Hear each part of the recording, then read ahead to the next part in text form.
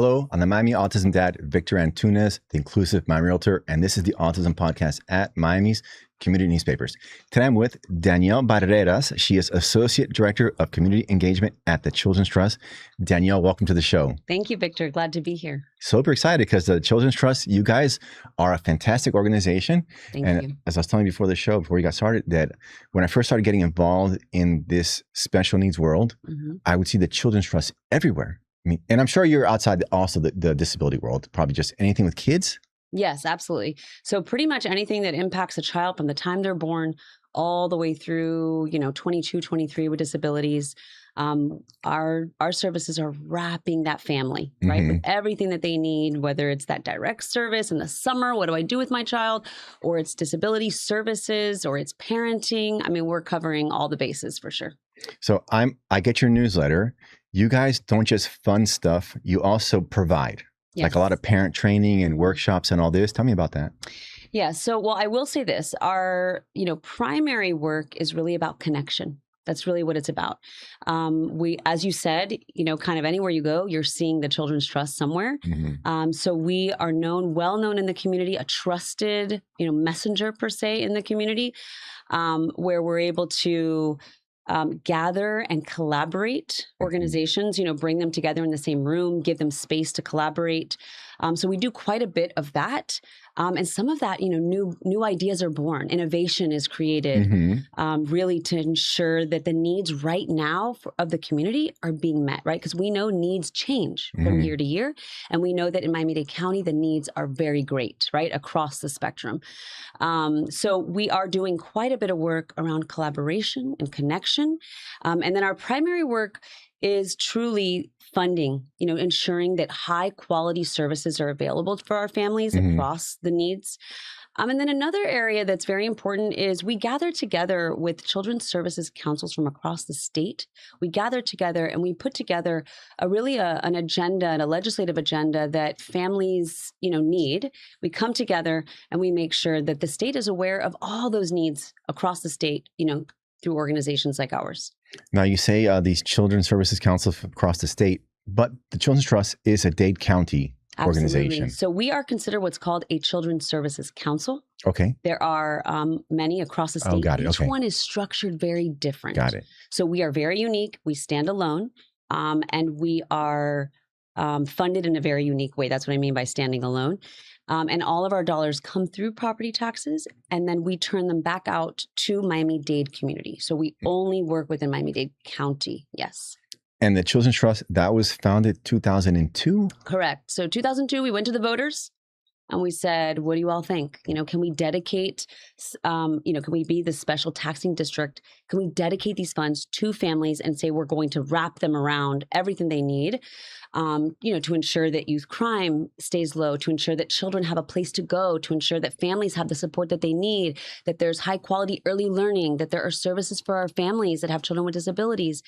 And so in 2002, 67% of the voters came back and said, yes, this sounds good. Let's do this. And then in 2008, we came back and said, what do you all think? And the voters at 86% approval rating and said, we love what you're doing. We want you to do it in perpetuity. And so we haven't been around that long. If you think about that, like 25 years or so. And the impact that we've been able to make is truly remarkable. And in politics, 86% is basically everybody. Yeah, right. Yeah. Right. That's it. Yeah. It was pretty impressive, to see, residents of Miami-Dade County come out and say, we love what you're doing. We've seen it. We love what you're doing. And we have this incredible level of transparency in the community, not only from a financial perspective, but pretty much, and you mentioned this, that anywhere you go, you are seeing the Children's Trust there. So really ensuring that, we're in all the niche, right? All the areas that we can be and really listening to the community. As a lifelong native, when I think of Miami-Dade, I always think of the Tri-County area, Miami, Broward, Palm Beach, and maybe even Monroe to the south. Sure. Does the Children's Trust cover those as well, or no? No. So Broward has their own children's services. Oh, they do? Council. Okay. Yes. Palm Beach has their own children's services council. Okay. Again, they are structured a little bit differently. Not everyone is, property taxes is not necessarily aligned with all of those. They're all very different. So Miami-Dade just covers Yeah, we're just Miami-Dade County as far as the funding that we receive and the services that we provide. And these councils, just logistically, how many are there in the state? That's a good That's a good question. Yeah, a lot, right? There's obviously. quite a bit. Yeah. We have 67 counties. We do not have that many children's services councils. Some counties are basically empty. Yes, yeah. yes. So yeah, it's definitely probably about 20 or under. I wouldn't know the exact number. Okay. I have to look at it. Yeah. And I've been to your offices, and I was super impressed at how big it was. And there's 80 people, you said, or yes, 80 plus? Just around. Yeah. Okay. And your annual budget is $240 million? Yes, just around that. But there's a big responsibility, that comes along with that. I will say, and I'm very proud of our organization. We receive every year, we receive a certificate of achievement where we are in alignment, across the Florida departments, saying that we are transparent and using the dollars in a responsible way. And so, it's pretty amazing, right? That you can count on the Children's Trust really to do the work that it was intended to do. Our board is very large. We've got 33 board members, and they represent a multitude of county departments. Our school system is there, right? We've got across the board ensuring that all that we're doing is really meeting the needs. The department that, I oversee is our community engagement efforts. We sit on about 85 different boards, associations, committees. And the goal there is to really make sure that we're listening to the needs of the community and that we're coming back and forming our leadership of that so that when decisions are made around funding, it's really servicing the current needs, of Miami-Dade County right now. And that changes, as we know. Yes, they do change. Yeah. So I'm just curious, end of the year, if there's money left, is there money left over? What do you do? Does it roll over? Yeah. So the way that works is, we are constantly modifying and our budget, ensuring that those dollars are being used. So for example, if a program that, receives X number of dollars for X number of students, and they are exceeding that, they've got a wait list, right? Then when we do these mid-year reviews on their contract, we'll say, wait, they've got a wait list. Look how their services are super high quality. Look at all the data that they're bringing in. Let's increase that for them. And so we might say, well, we're able to increase those numbers of the number of children and then bring that wait list down. And we're making sure to then use all those dollars. Right. So we are in this constant effort all year to ensure we're using those dollars and bringing in new programs. Right. And just shifting based on the dollars. Yeah. And I'm curious, how do you evaluate a program? Do you send people to on-site? How does that work? So we do quite a bit. We do both. So we've got these incredible dashboards that we've been able to put together as a department at the leadership of our CEO, our president and CEO, Jim Hodge. His leadership has been fantastic in saying, we've got to make sure that there is transparency and that we can see, what the programs are doing.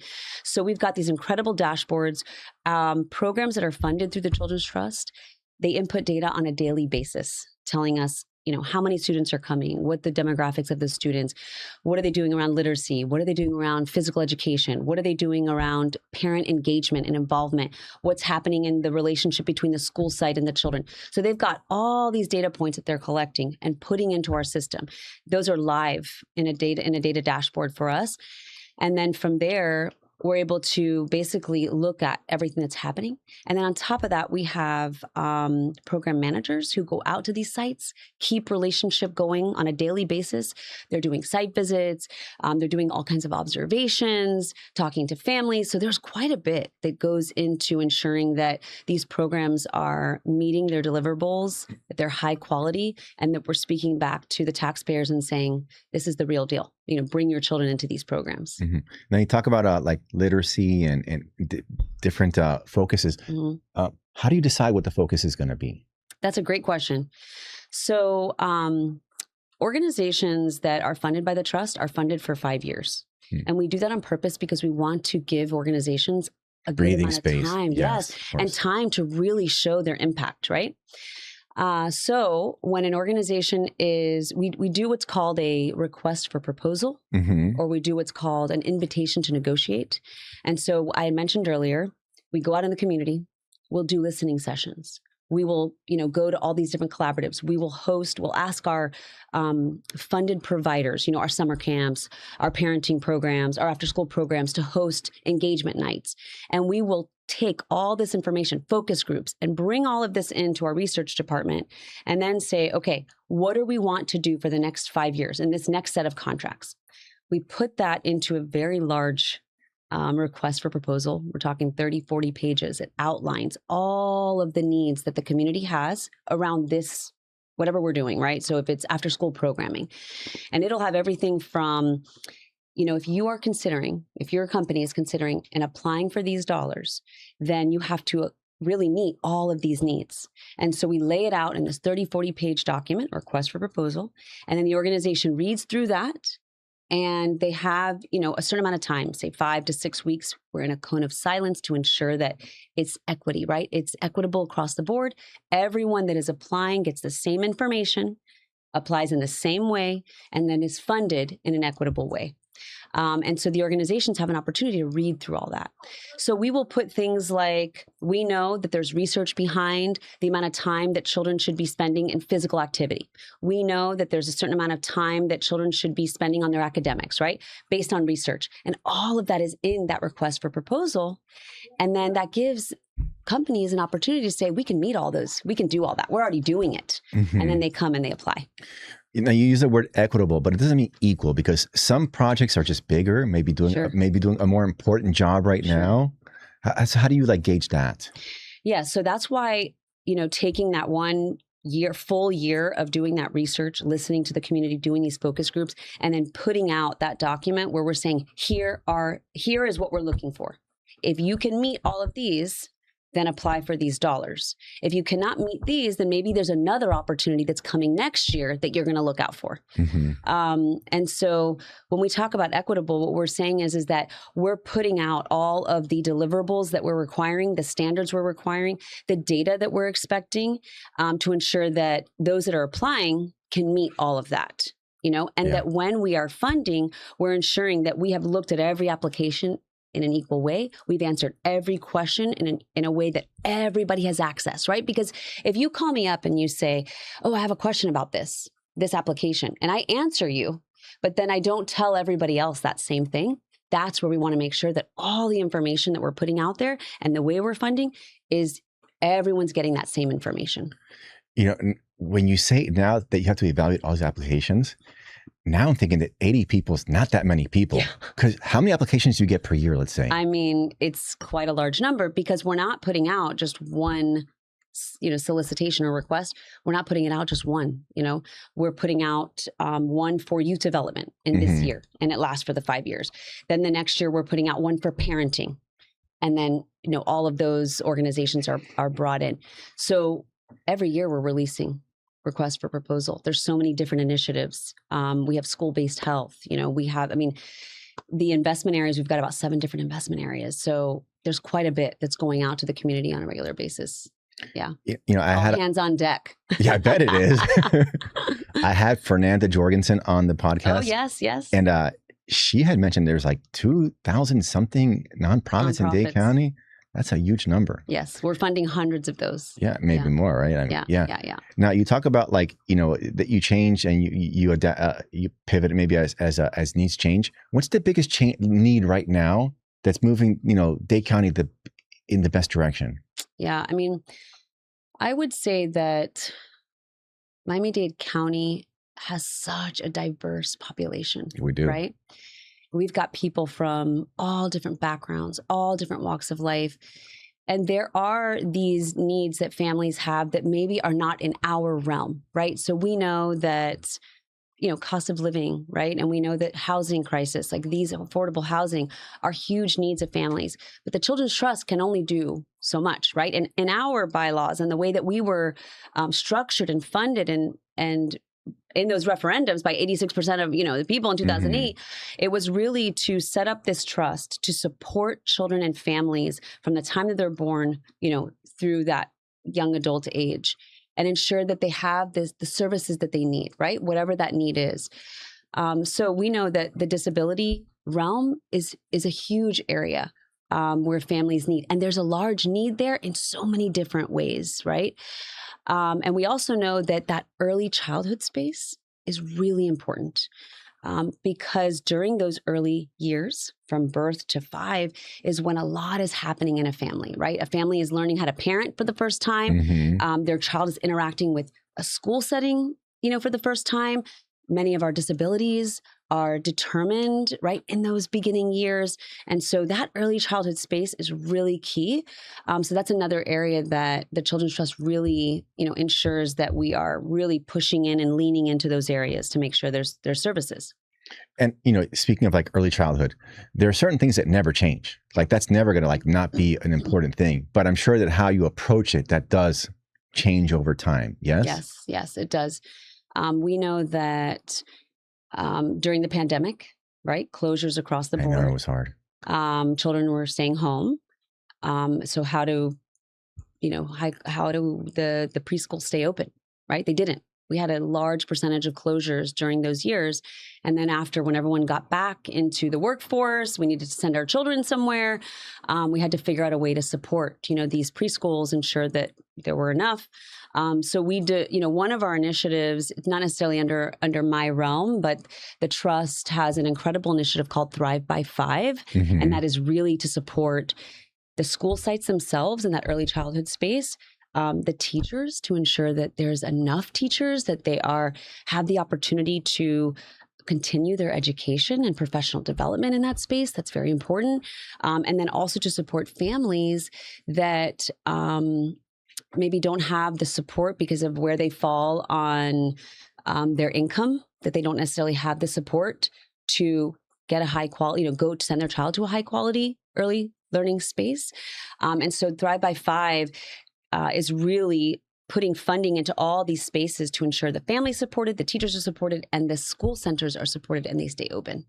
Mm-hmm. So that's one area, that we are constantly shifting and ensuring that we're supporting in this space. Yeah. Now the schools, is it only the public schools or also charter and private schools?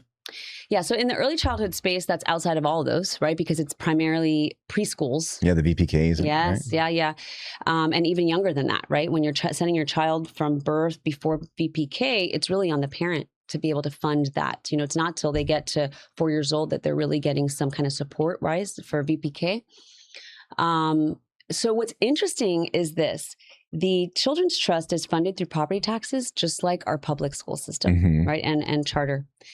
So we have a very specific relationship where the Children's Trust is only funding programming in those out of school hours.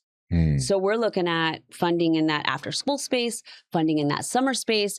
And then there are some partnerships. We do a ton of partnering with the public school system and our charter schools to ensure that, we have this constant dialogue, collaboration, and figuring out what the needs are and how we can jointly meet them together. Yeah. That's fantastic. Mm-hmm. Now, Wayne Gretzky had a famous saying, he doesn't skate to where the puck is, but to where it's going. Where do you see the Children's Trust going the next 5, 10, 15 years? Yeah, well, that's a great question, I think, for our board chair, Ken Hoffman, who's not here, and our well, I president got you, not Ken, okay? I think our board is very thoughtful, in the decisions that are being made, and looking to, again, what are the needs of Miami-Dade County as we continue to grow, mm-hmm. and as the challenges that Miami-Dade County faces, with what we mentioned earlier, cost of living and affordable housing, and how does the Children's Trust kind of lean into the needs of the family in the space that we can support. So I think our board is, very thoughtful, and continuing to build partnerships is a huge part of that. Continuing to lean into this early childhood space, continuing to lean into support of our families in the disability space. And that is ever changing, right? So I think, having the leadership that we do and the board we do, they really do a good job of keeping the finger on the pulse and ensuring that what we're doing next is really meeting those needs. Yeah. Yeah. And people don't realize it, but there's almost 3 million people in Dade County. Amazing. That's a lot of people. Amazing. And so much shift and changing happening, right? And very diverse, like you're saying. People moving out, yes. People moving in, right? Yeah. Mostly moving in now. Yes, mostly moving in. We need the resources, right? We need those community resources to support all of these families. We do. Well, let me ask you a question. If a nonprofit wants to plug into you guys, what would be the process for that? Absolutely. That's a great question. So I like to talk a little bit about, in my department, the community engagement side of the house. We work really closely with nonprofits that have not found their way into our ecosystem yet, the Children's Trust, or that are kind of new, right? Maybe they've been working in the community for a year. They have never received any grant funding, and they're trying to figure out, like, how do we get that foot in the door to get that first piece of grant funding? So our community engagement team has a small grant fund. It opens every year, and we have about $1 million pot for these community engagement outreach grants. And it's really an opportunity for organizations that haven't gotten that first funding yet. Mm-hmm. They don't know the Children's Trust. They don't have, those inner workings yet, to come in and to kind of get to know our process a little bit in a kind of a lighter, easier way. Mm-hmm. So we fund between 70 and 120, I would say, in this very first step at grant funding. So that's a great way. And then if you are, if you're a larger nonprofit that's doing work within this space of children, I would be checking out our website. I mean, we've got a whole section that is set just for grant opportunities. So going to our website, www.thechildrenstrust.org, Mm-hmm. and just looking right at the top, funding, it's grant funding. And you click on there, and anything that is open for us that year is going to be listed there. So I mentioned to you, every 5 years, we're opening up different solicitations. So every year, you're going to see different solicitations that are open there. So whether it's our smaller grants, the community engagement, whether it's our larger 5-year funding, which is our parenting and our youth development, we also have a really cool one called our innovation. We open that every couple years, and that is for something that's never been done in Miami-Dade. So maybe it's being done in Chicago, and they want to bring that model or that concept that's super successful there and bring it here. They could apply for those dollars, and it's just a 1-year, grant, and they get to do something totally innovative here in Miami-Dade for families. So there's lots of really cool opportunities. It's just a matter of looking at our website at that grant opportunity space. Yeah, it sounds almost like an incubator. Yeah, that particular fund is kind of like an incubator. We've seen some really cool things come through there. Now, a big part of you guys is the Youth Advisory Committee. Yes. You call them yackers, right? Yes. Tell me about the yackers. Yes, absolutely. So high school youth, they are quite innovative. They're not jaded. They don't understand the no yet, right? Yeah. They have these ideas of how they can help their communities, and they see things within their communities that maybe as adults, of course, we're like, there's so much that we've got to do. We're going to have to put this one to the side. And youth don't do that, right? They push forward.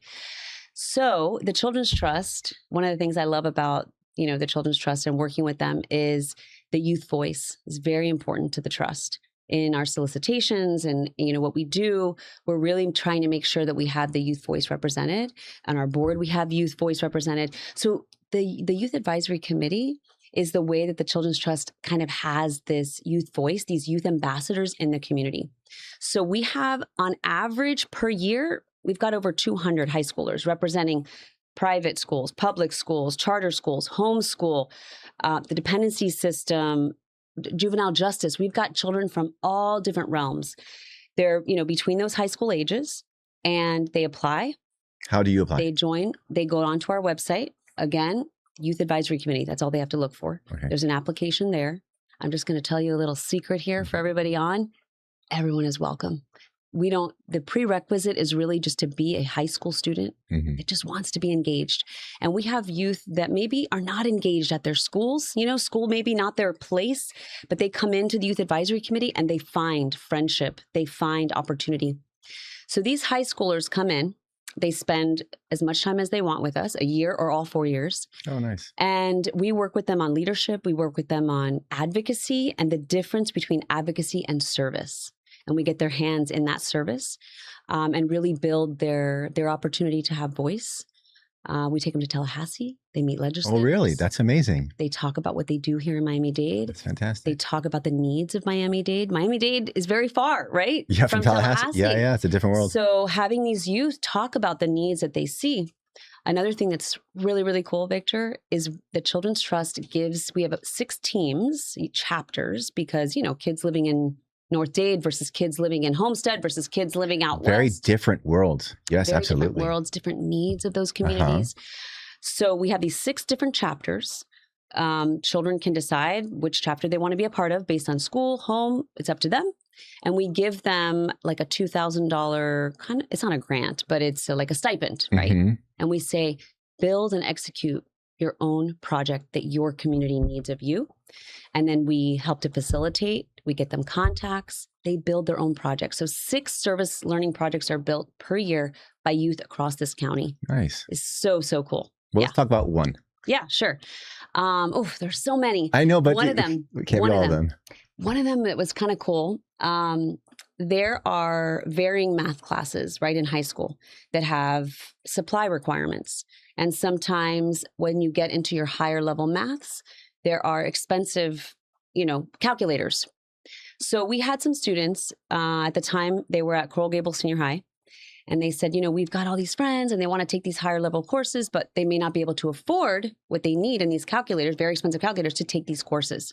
So they said, we want to do a calculator co-op. They did all this research to find refurbished calculators. And they sourced all of those, used our dollars to be able to buy them.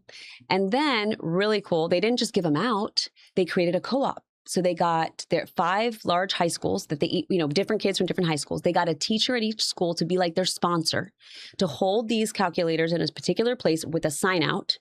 And they created co-ops at their schools. And so the kids could use the calculator for their class, put it back. Then the next kid could come in. More kids taking higher level courses. I get goosebumps because I'm just like, who would have thought of that? I wouldn't have thought of something so simple, right? That they could do for their own community. And as parents, our kids are in these schools, but we're not in the school. So we would have been blind to this. Yeah. Only they could have seen that. Yeah. Super cool. Yeah. Now, how long have you been at the Children's Trust? So let's see. A little over 8 years I've been at the Children's Trust. Yes. Okay. Now, we both have got kids with disabilities. What's been your journey like with the Children's Trust and your child and all that? Absolutely. Yeah. So my child in elementary school exhibited a slew of learning disabilities. And, it can be quite a long and lengthy process to determine what those are, what the supports are. And although we did get, support, it wasn't meeting all the needs, right, of my child. And so, I went on this journey of trying to figure out what exists, what is out there. And basically the needs that we had and the services that I could find were very, very expensive and too expensive. All out of pocket, I'm sure, back then. Yes, all out of pocket as far as, what my child needed and what we could, pool our resources together. And so it was quite a journey to figure that out. And so for me personally, this was something that I had decided, okay, there's got to be a better way. I'm not the only person, right, that's dealing with this, that either can't find the resources or when I find them, they're too expensive for what my family can pull together. And so I did my own work to kind of figure out what was out there and found, one other organization that was doing great work in this space and was able to do some focus groups and some community listening and figured out that this was a gap. Bringing that to the Children's Trust, to our leadership, and being able to just show the gap, show where the needs were, bring the parents forward, the focus groups, and the Children's Trust said, wow, this is an area that we can definitely support. We may not be supporting in this area, so we're going to do this. And, being a part, I think, of an organization that listens like that is pretty neat. Not only, to me as an employee, but also to families that have these needs. So I would say that that's one of the things that we talked about earlier, that the Children's Trust is constantly changing and listening to be able to meet the needs, of our community. And also being as a parent and saying to parents out there, be vocal, voice the need, find others that are in your same realm and bring that forward because there is definitely opportunity, to meet those needs if they're not being met already. Yeah. Yeah. And for the parents who are listening, they might not know.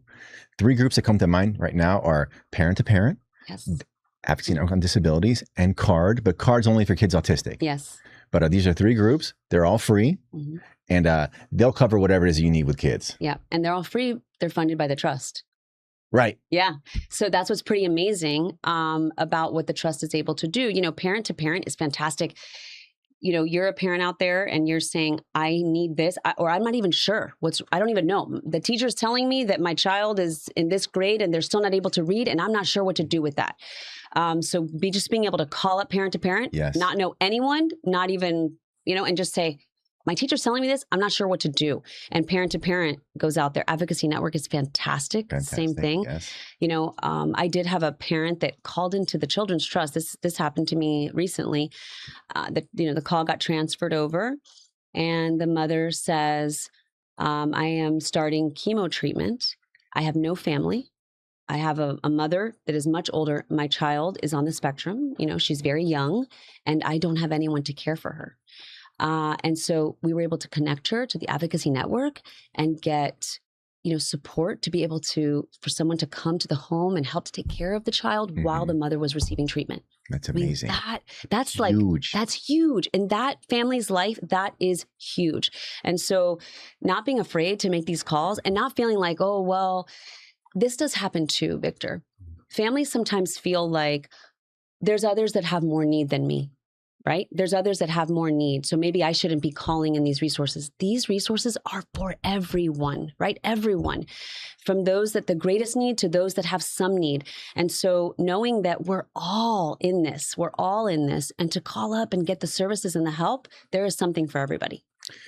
That is so true that I don't want to say it's like a bottomless well of resources, but it's out there. Yes. And yes. Don't think you're putting anybody off or asking for too much. Ask for everything. Yes. And then the people that are in charge, they'll tell you this is what you need, what you don't need, and they'll make it work. They will. They will find a way. And if it's not this agency, then they'll help you find another agency. Yes, there's a lot of collaboration going on. Yeah, I mean, the trust, one of the other areas that we fund is our family neighborhood supports. And that's exactly that. It's, families that may need, therapeutic counseling. Maybe a family is facing crisis in many different areas, yes. right? And you're not even sure where to start. And so you go in, you have this one consultation, and that one agency is able to connect you to the 7 different ones that you need. Yes, that on your own, you never would find them. Absolutely. Absolutely. So sometimes it's just calling the Children's Trust help desk and saying, these are the things I need. Like, where do I go? And 211 is another. Yes. You're familiar with 211? Yes, I am. Yeah. So we help to fund 211 as well. And that's another one. You're not sure what you need. There's also 311. Yes. How are those different? I forget right now. Yes. So 311 is going to be more of your county services. Okay. 211 is going to be anything related to the needs of a family. So and you literally dial 211. You literally dial 211. It's like dialing 911, right? Yeah, But you're dialing 211 and you're saying, I live in this zip code and I have these 5 needs for my family. And then they will say, okay, we're going to connect you to this, this, this, and this. Amazing. Yeah. And it can be done through text. It can be done on the website. It can be done through call. So I would definitely say if you have these questions, whatever they are, as small as they are, call. The services exist. We're lucky here in Miami-Dade County. We certainly are. Yeah. Well, Danielle, this has been a great conversation. You guys are amazing. You're, like I said, everywhere I go, you guys are there. Glad to hear it. A very enlightening conversation. Victor, thank you for having me on. It's amazing what you do, and I am just so proud to be and spend the time with you. I feel blessed I can do my part. You're doing your part, and we're all doing our part. Yes. And Dade County, we're really blessed. This is a really great place to live. We are. A lot of great services. Yes. Yeah. Well, let's turn to the camera and we'll sign off. Okay. This has been the Autism Podcast at Miami's Community Newspapers. Thank you for joining us, and we'll see you again next time. Bye.